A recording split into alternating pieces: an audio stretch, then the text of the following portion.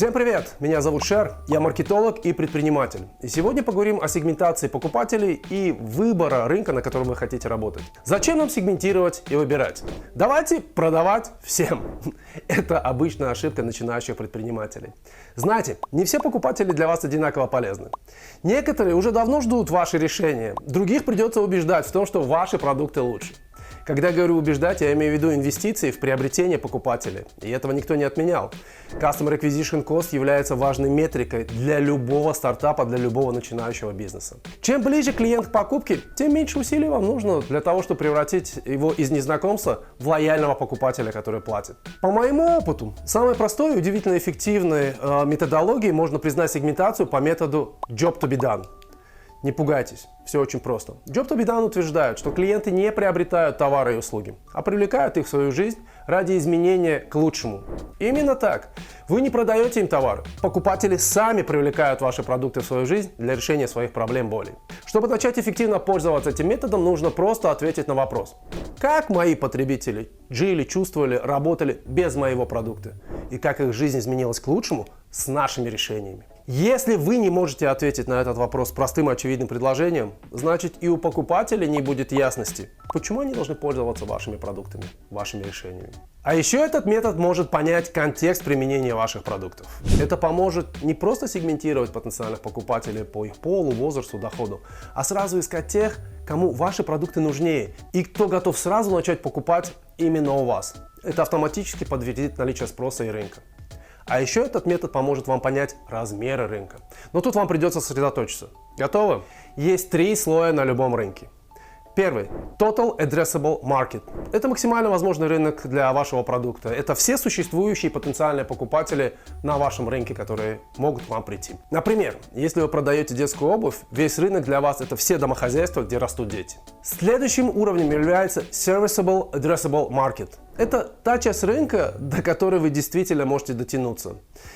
Кого вы можете охватить? Некоторым покупателям не нужны ваши продукты, потому что они далеко, им неудобно, ваши продукты дорого, или они просто не знают о вас.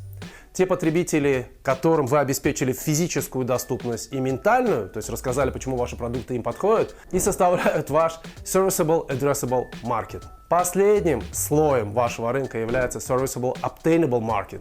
Это какую долю рынка вы действительно занимаете сейчас. Это те, кто уже покупают у вас. Понимая эти слои, вы можете идти от самого маленького рынка, от тех покупателей, которые есть у вас, смотреть, до кого вы еще можете дотянуться, расширяя для себя возможности охватить больше покупателей. И, конечно, иметь в виду весь рынок, часть которого вы можете забрать себе. При выборе рынка вам нужно искать сначала самые большие Total Addressable Market, которые создадут возможности для роста бизнеса. Ищите те ниши, где большее количество покупателей вам доступно в течение определенного периода времени.